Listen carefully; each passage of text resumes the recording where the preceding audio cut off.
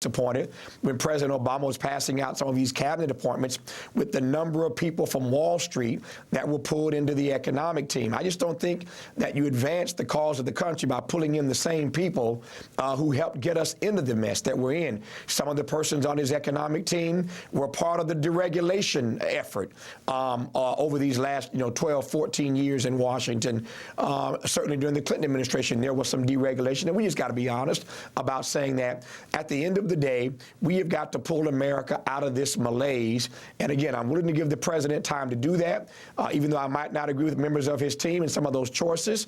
I'm willing to give them an opportunity to see what happens here. But we just got to tell the truth about these issues and keep the pressure on the White House to make sure, again, that everyday people do not get left out of this conversation. There's been so much conversation, Amy, as we all know, about Wall Street. Every now and then some conversation about Main Street, but not often enough conversation about the side street. And these days, too many Americans are living on these side streets. And I just think that we have got to get the help to the weak working class that needs that help. And I'm not going to hold my breath about this. And again, I want to give the president some time. But at the end of the day, if the weak working class is not shored up, we still got a problem in America. Tavis Smiley, the comments of another first, of Eric Holder, the first African-American attorney general in this country, during a speech in Black History Month. He talked about this nation as being a nation of cowards for not discussing the history of U.S. racism more openly. Do you agree? Yes, he told the truth.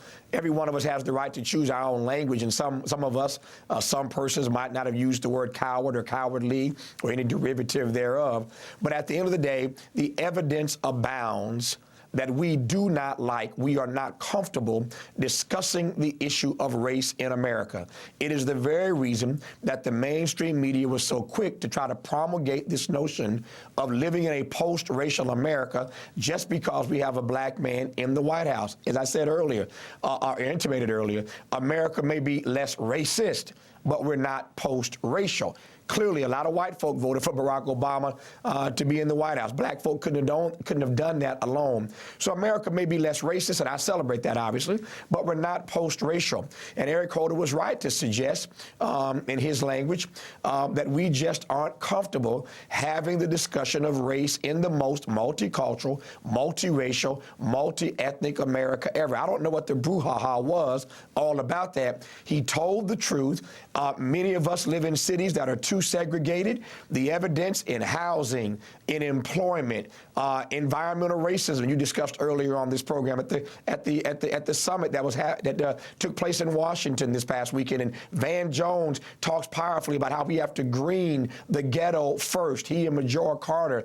The evidence abounds that racism is still the most intractable issue in this country, and many of us, most Americans, like to stay in our own corners. We don't want to venture out. Many of us don't have a circle of friends that includes people of color, et cetera, et cetera, et cetera, and we want to act like Eric Holder was playing politics, that he was being provocative, that he wasn't telling the truth. He told the truth, and I just don't get all the brouhaha.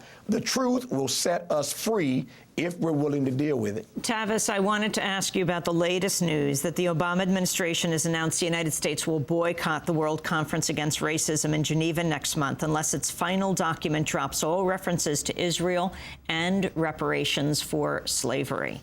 We were just talking last week on Democracy Now! To Mary Robinson, the former president of Ireland, the former head of the UN Human Rights Commission, who was one of the heads of the Durban Conference 1 that happened right before the September 11th attacks when the U.S. walked out. What's your response? I think it's a mistake. We have a bad and spotty track record as the United States of America of boycotting too many of these conferences and boycotting for the wrong reasons.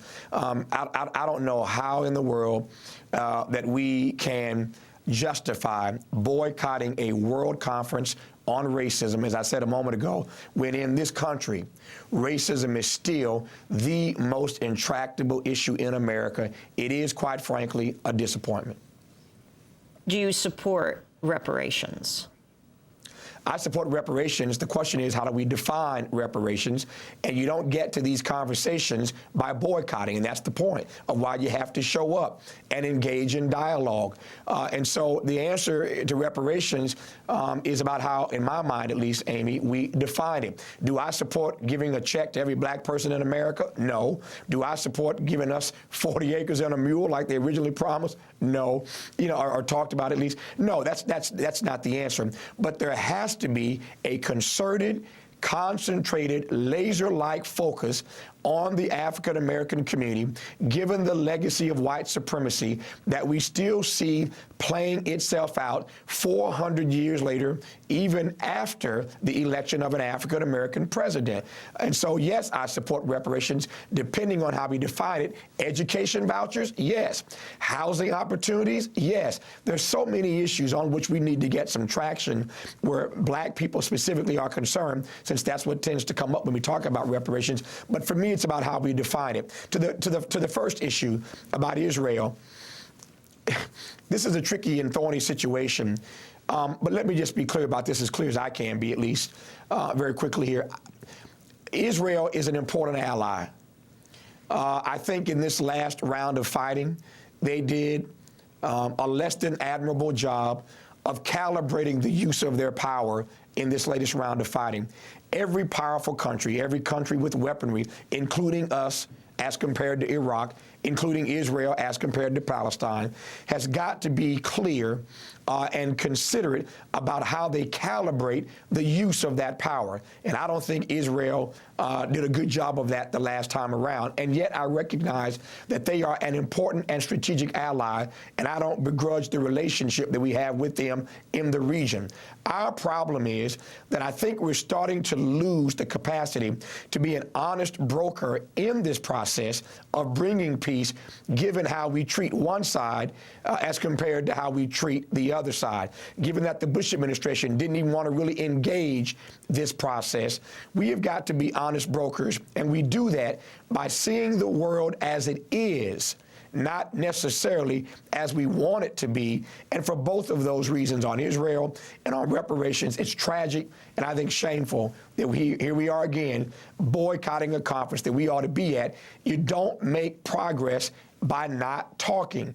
And it seems a bit inconsistent with candidate Obama's talk about Iran, for example. And remember the fighting that he and Hillary had about the conditions for who you would talk to and when you would talk? Many of us celebrated President Obama for a position of being willing to show up and talk. And that ought to be the case with this conference.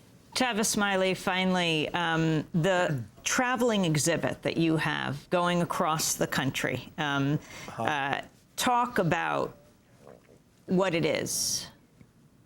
It's called America I Am, the African-American imprint. It is the first exhibit of its kind to ever, Amy, comprehensively tell the contributions, the story, that is, of the contributions that African-Americans have made to this country. We just wrapped, of course, African-American Black History Month. The great black intellectual many, many years ago, W.B. Du Bois, asked this question: would America have been America without her Negro people? You start extracting the blackness out of America, there goes Barack Obama, there goes your Motown soundtrack, there goes Jackie Robinson, there goes Muhammad Ali, there goes Ralph Bunche. I could do this all day. America simply would not be the country that she is, no Thurgood Marshall, without the contributions of African Americans. And this exhibit tells the almost 500-year journey that we have been on in this part of the world to help make America the great country that she is. Over 300 artifacts, 12 galleries, 4 theaters, 15,000 square feet of space. The exhibit will change your life. It's now at the National Constitution Center in Philadelphia through May the 3rd. June the 7th, we head to Atlanta, then to Los Angeles, then to New York. It's traveling, Amy, for 4 years. All the details at AmericaIam.org. iam.org, but it's an exhibit that you have to see, and I promise you, it'll change your life or your money back. Tavis Smiley, I want to thank you for being with us. I know you have to head to that plane. Tavis will be at the Borders Columbus Circle tonight, hopefully at 7 o'clock, for his book, Accountable, Making America as Good as Its Promise. You can go to our website at democracynow.org for details. I'm Amy Goodman. Thanks so much for joining us.